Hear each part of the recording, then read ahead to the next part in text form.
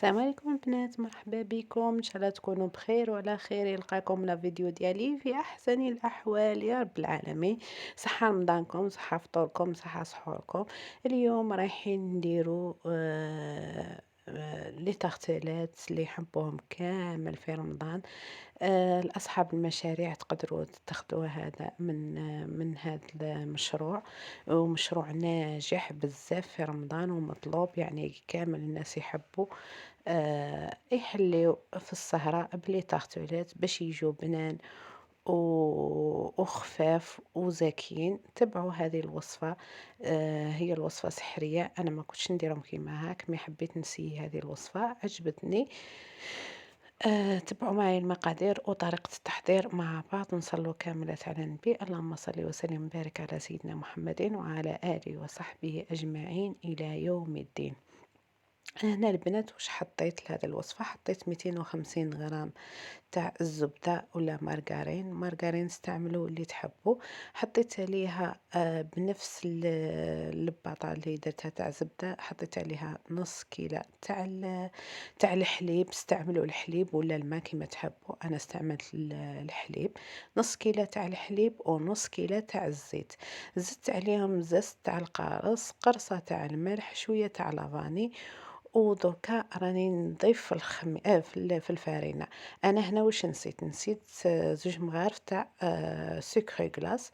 نورمالمون ندير زوج مغارف تاع سكر غلاس، ما نسيتهم ما درتهمش. حتى طميت كامل العجينه باش زدت عليها ملعقتين من مسحوق السكر.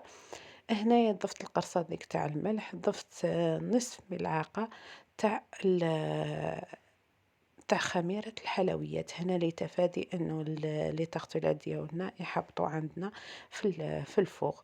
درت هذيك نصف ملعقة تاع تاع لا ليفور شيميك. نضيف هنايا الفارينة وانا نغربل باش يجوني لي تارتلات ديالي مهويين وخفاف. نغربلو توجور الفارينة. بديت طميتهم بالسباتيلا هذيك، ومن بعد راني نطم بيدي ونشوف القوام تاع العجينة. هكذا نحاولوا نطمو بصبعتنا فقط، ما نستعملوش العجن، ما نعجنوش باش تبقى العجينة كما تعرفوا تاع الصابلي ما تحبش العجين، ما تحبش العجن. هنايا قلت لكم نضيفوا الفارينة بالتدريج حتى نتحصلوا على عجينة متماسكة ما تلصقش في اليدين وماشي مقهومة بالفارينة تاني. يعني عينكم هي ميزانكم، ما نقدرش نعطيكم القياس تاع الفارينة. هنا نكمل نطم كامل العجينة ديالي بهذه الطريقة، يعني الصورة راهي تعبر عن نفسها. صدقوني هذا مشروع ناجح للماكيزات في البيت، واللي عندهم الوقت بطبيعة الحال يقدروا يخدموا لي فون دو تارتيلات كيما هكا ويبيعوهم للمحلات.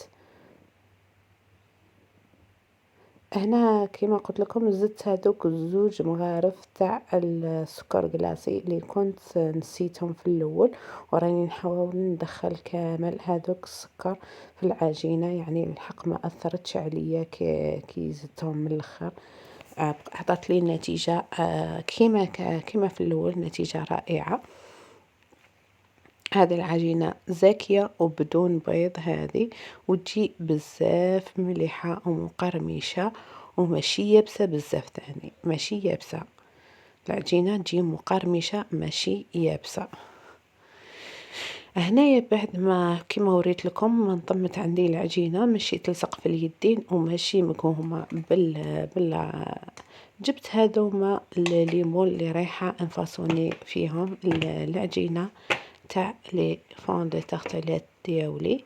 شوفوا العجينه كيفاش راهي تبان هايله وناجحه من الاول.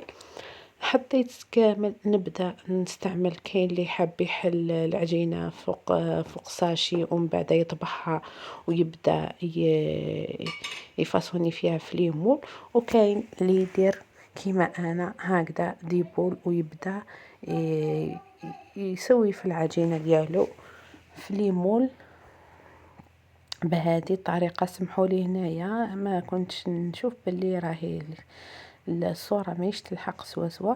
المهم تسووا كامل العجينة، حاولوا لنا العجينة ما ديروهاش رقيقة بزاف. انا هذه الاولى يعني رققتها، هي الحق ما تكسرش عندي، مي حسيتها رقيقة على باقي لي فون دو تاخ تاوعي. هكذا نسوي، نضغط بالاصابع، باطراف الاصابع فقط، ونسوي العجينه الزايده نحوها بالموس، ونحاول نسوي تاني باش يتسقم عندي الشكل النهائي تاع لي فون دو تارتيلات ديالي. حاولي نجيب الموس هنايا نحكامل هذاك الزائد.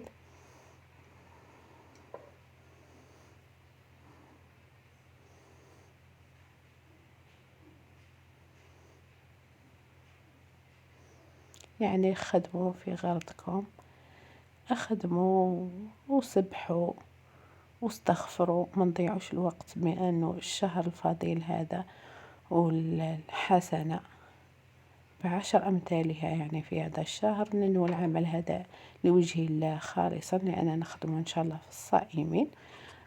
ونستغفر ونصلوا كاملة على النبي. دايما راني نخدم وراني نصلي على النبي، راني نستغفر، راني نسبح لله، هكذا باش ما يجوز لناش الوقت تاع رمضان وحنايا لاتين غير في الكوزينة والطياب.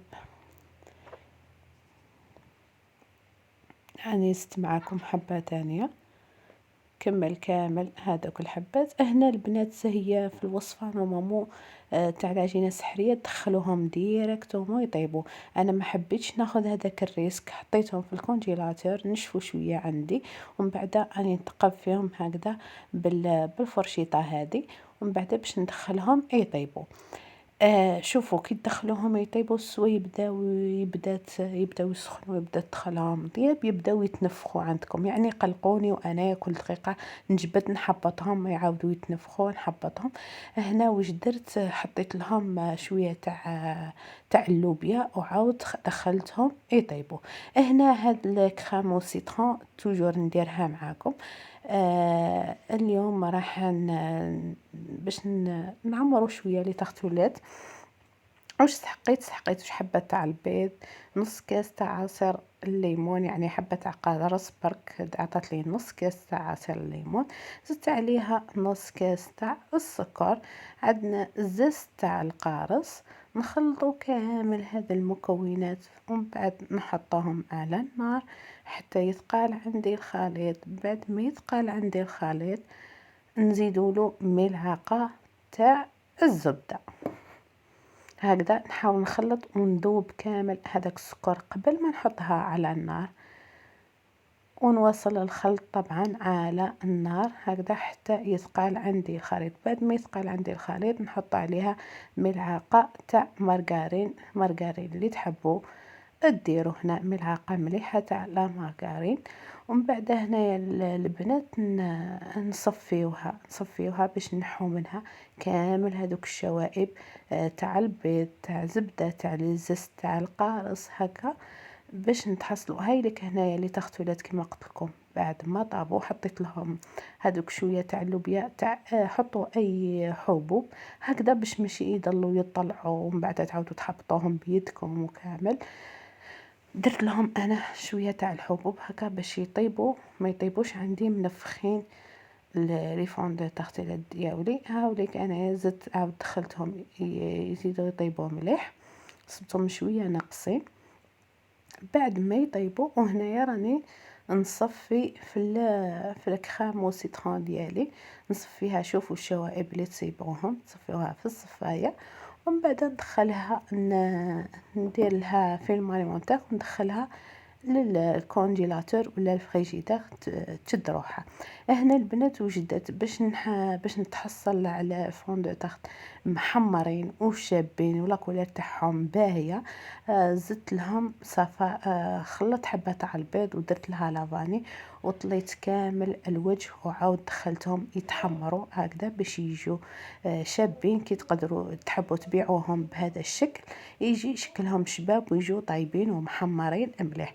كما تقدروا ما ديروش هذه الخطوه كامل، تستغناو عليها وتعمروا كامل لي فون دو تارت تاعكم ديريكتومون بالكريم ديالكم. شوفوا الكميه اللي خرجتها لي، يعني انايا لي مول ديالي كانوا شويه كبار، لو كانوا صغار من هكا كانت تخرج كميه اكثر من هاك، حوالي حتى 26 حبه ولا 27 حبه تاع التغطيات لي فون دو تغطيات. هذا بعد ما برد عندي هنايا الكريم وسيترون رايحه نعمر به لي تغطيلات لي فون دو تغطيلات ديالي. شوفوا نعمرهم بهذه الطريقه، يعني هذا يجي بزاف لذيذ وبنين. والكريم هنايا راح نشارك معكم جميع الاذواق. هنا اليوم درناها بالسيترون بالشوكولا، ونهار اخر نزيد نديرها لكم بالكريم فريز. هاي ليك عمرت هادم 4 وراني نزين فيهم بورقة تاع النعناع بهذا الشكل، وطريقة تزيين اختيارية بطبيعة الحال. ونزيد عليها شوية تاع لي فريز هكا، هذا بناء عن طلب ولادي يعني على التزيين. درت لهم سيترون مع الفريز، سينو تقدروا ديروا مع الباناز، تقدروا ديروا معه واش حبيتوا.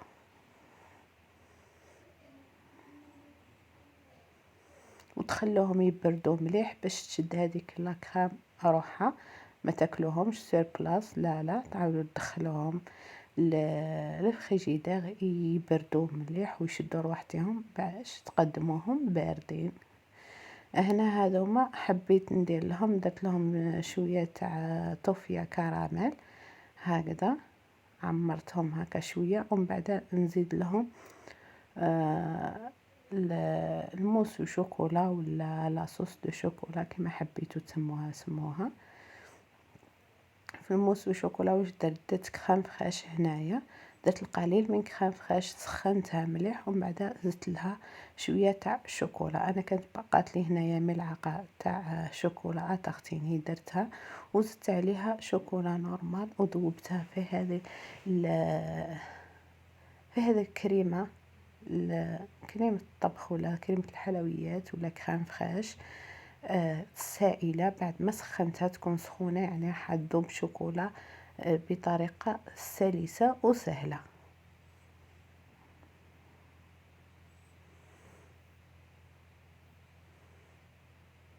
هكذا نذوب كامل هذيك الشوكولا، ومن بعد نحطها على لي تغطيلات ديالي. ومن بعد كطريقة تزيين أخيرة واش راح نجيبو شوية تاع الكاكاو نغربلوه فوقهم. تقدروا تكتفوا بهذا القدر، ولا تقدروا تزينوها بالطريقة ولا بالإمكانيات اللي عندكم. المهم يجوا بزاف بنان كروسيون رائعين. جربوا الطريقة، تهلاو في